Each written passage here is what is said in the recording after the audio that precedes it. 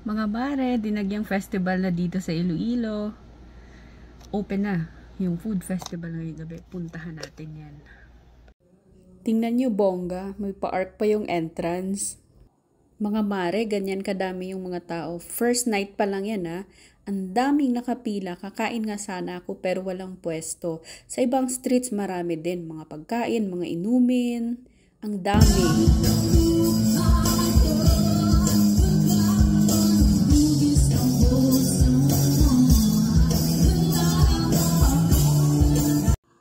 Trivia lang pala mga mare. Alam nyo ba na ang Iloilo City ang pinakauna sa Philippines na designated as the UNESCO Creative City of Gastronomy? Ayan, kita nyo naman, di ba? Kita nyo naman, di na kailangang sabihin. Ang mga taga Iloilo talaga may hilig sa mga pagkain, sa mga ihaw-ihaw, sa mga tusok-tusok. Ayan, isa na ako doon. Ilongga na rin kasi ako. Kung nakahanap sana ako ng pwestong makakainan, hito sana yung orderin ko.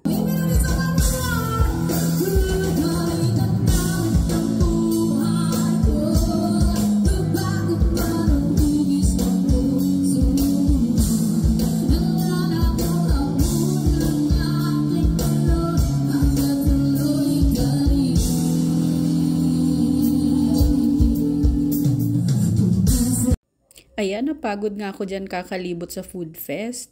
Kaya naisipan kong pumasok muna sa SM at nakita ko tong napaka-cute na naka-costume pang dinagyang.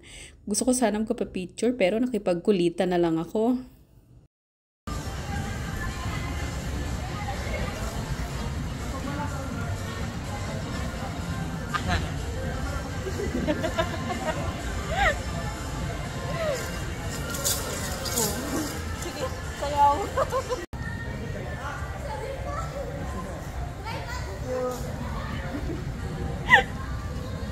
Pagkatapos ko nga makipagkulitan sa naka-costume pang dinagyang, dumiretso ako dito sa Lotto Outlet. Malay natin, di ba, manalo tayo. Tayo ng susunod na milyonaryo. Char!